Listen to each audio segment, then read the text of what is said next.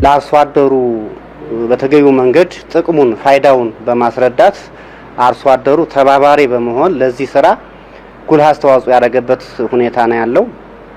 ስለዚህ ከአዳስተር አካባቢ ላይ የተሻለ አፈጻጸም የመጣበት እና የህዝብ እንቅስቃሴያችን ግንዛቤ ፈጠራችን እና ላለው ፋይዳ ርብርብ ያደረገና አብዛኛውን ውጤታማ የሆነበት መንገድ ነው ያለው። በተለይ ደግሞ መሬትን የማዘመን ስራችን ከወትሮ በላይ የተሻለ ስራ የሰራንበትና አላይ ሲታይ በዘንድሮ አመት ጥሩ ስራ የሰራናቸው ቢኖርም እንደ ክልል ደግሞ ካለው የሰላም ችግር አንፃር ያሰራናቸው ስራዎች ስለሚኖሩ ክልል በሰጠን መሰረት የቁጭት ዘመን እቅዳችን በ2017 ዓመተ ምህረት የተሻለ ስራ ለመስራት ዝግጁ ነን ማለት ነው።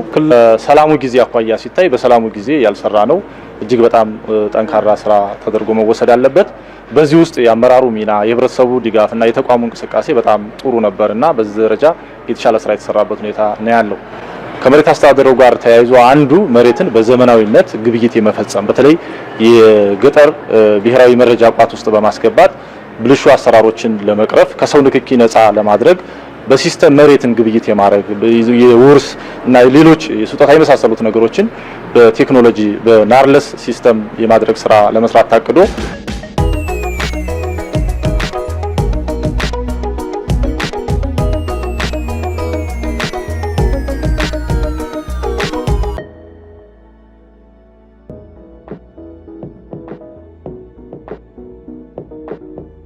ከማሳ አኳያ 1,864,313 ማሳ የሁለተኛ ደረጃ ይዞታ ማረጋገጫ ካርታ ተሰርቶለት ለአርሶ አደሩ የተሰራጨበት ሁኔታ ነው ያለው። ከባለይዞታ አኳያ ወደ 313,000 አርሶ አደር የዚህ ተጠቃሚ የሆነበት ሁኔታ ነው ያለው። ከቀበሌ አኳያ ካሉን 515 ቀበሌዎች 235ቱ የሁለተኛ ደረጃ ይዞታ ማረጋገጫ ካርታ የተሰራበት ሁኔታ ነው ያለው።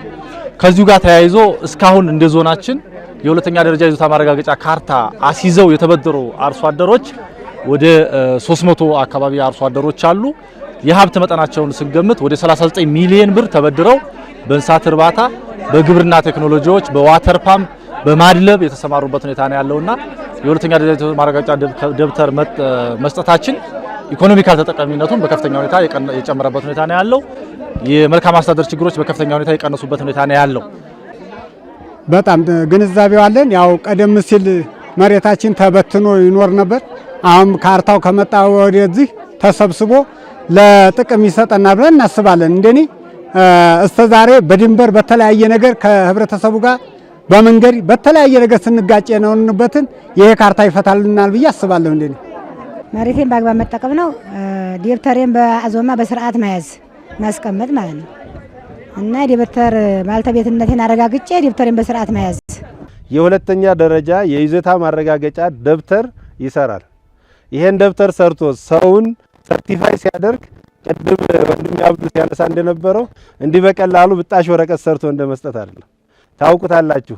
እያንዳንዷን ማሳችሁን ለክቶ እያንዳንዷን ማሳችሁን በካርታ ሰርቶ ያችን ካርታ ደግሞ ሰው አይቶ ቅሬታ ካለው የኔ አዋሳይ ችግር አለ፣ የድንበር ችግር አለ፣ ያልተለካ መሬት አለ ብሎ ካነሳ እንደገና ለክቶ ነው ይሄ ሰርቲፊኬት ተሰርቶ የመጣው ማለት ነው።